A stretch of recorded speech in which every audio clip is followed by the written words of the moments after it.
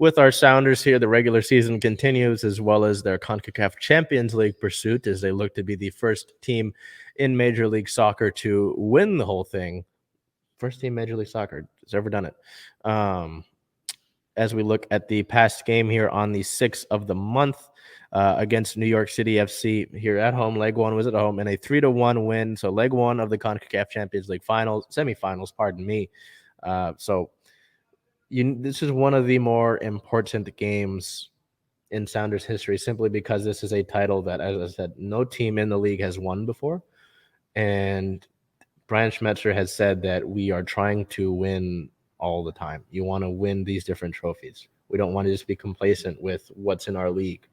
So, I mean, and again, anytime these trophies are up for you want to, I don't know, winning is nice, right? You want to add different things to your hardware trophy case. Sorry. But they did so in a big manner. The one goal was kind of a sloppy thing that they can correct, but to have a 2-goal advantage heading into League Two is important because I think I've said it in the legs leading up to this. When you played in round one, you had a 0-0 draw, and then you win the next game 5-0. Kind of overkill, but and then you go into the next round of it, and you open it up, I think, with a 3-0 win, and then the next game you win. I think you draw 1-1, mm-hmm. but since you've got the 3-goal advantage, you win. Mm-hmm. So getting yourself that advantage so that you don't have to worry about as much in the second leg is really important, especially when you're going to play on the road in the second game. And it's interesting because I said New York City FC, right? Yeah. But because their home stadium is not up to the CONCACAF Champions League code, they're playing in a different stadium in New Jersey. Because their home stadium wasn't up to code, which I think is kind of funny. But do we know why it wasn't? It might be a capacity thing. Okay. It might be facilities wise, but it just wasn't up to their specified code, which is kind of funny. So that game will be in New Jersey. It won't be in New York. It'll be in New Jersey. But player of the game for that win over New York City for Jordan Morris with a goal, an assist, a 79% passer rating, pass completion percentage. My apologies. We're not in football. Excuse me. And an 8.4 rating on match. So again, a big match for the Sounders, and I would say they delivered. Getting more goals to have a better advantage in the next game would have been nice, but I think two is a solid start. Yeah. As we look over to the injury side of it, so you played this match without your top defender and your the defender of the year finalist, Yamar. We have a little bit of, it's like a Yamar tracker. If you look at the injury news, right? On the 5th, he was seen jogging at practice. Mm-hmm. It's almost like these MTV paparazzis, like, oh, Kim Kardashian spotted. Jogging. Yeah, he's exactly. Seen out in public, But just little things, on the 9th, Giampaolo trained. I know there was some concern about him, but he should be fine. And on the 9th, it was announced that Yamar was likely to miss Wednesday. And then earlier today, it was announced officially that Brian Schmetzer confirmed everyone on the roster is good to go for Wednesday's game except for Yamar. So he's still working his way back. But he's jogging. He's thank you, Belle. He's jogging, yeah.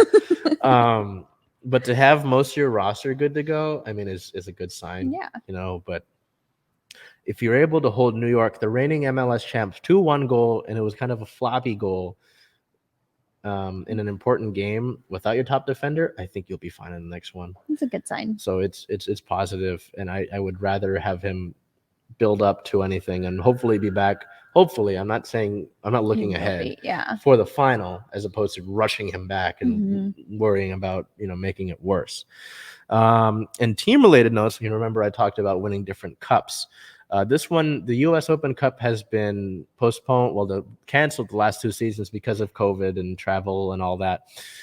As we head over to team notes, on the 8th of the month, the Sounders will have a bye week into the U.S. Open Cup round of 32. So if you don't know, the U.S. Open Cup is essentially, we stick with the U.S. part of it. There's different leagues. There's the USL, USL2. It's like kind of, I guess, minor leagues of soccer here in America and relating to MLS. So it's essentially the Sounders will play a bunch of different teams around the U.S. Okay. So Seattle is one of the 8 MLS teams who will be able to get that bye week into the round of 32 and not have to worry about playing into it.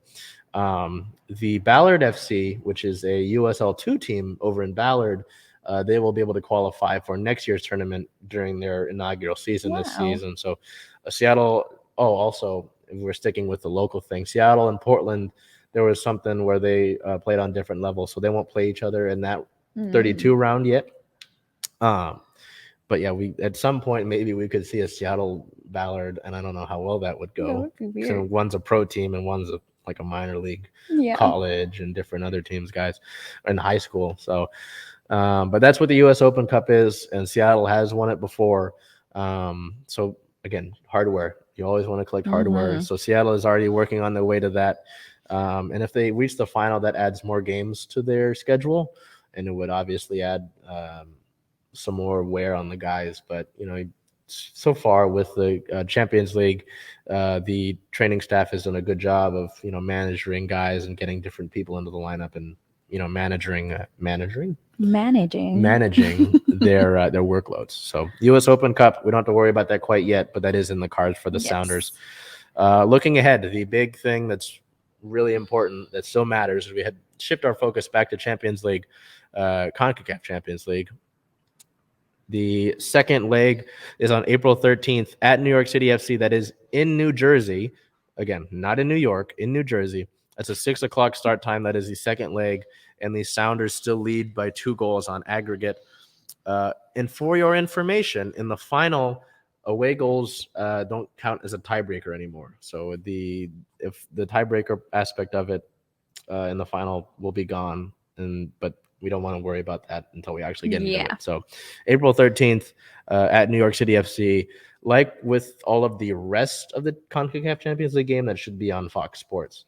And it probably won't be on any of the local television networks, just for your viewing awareness.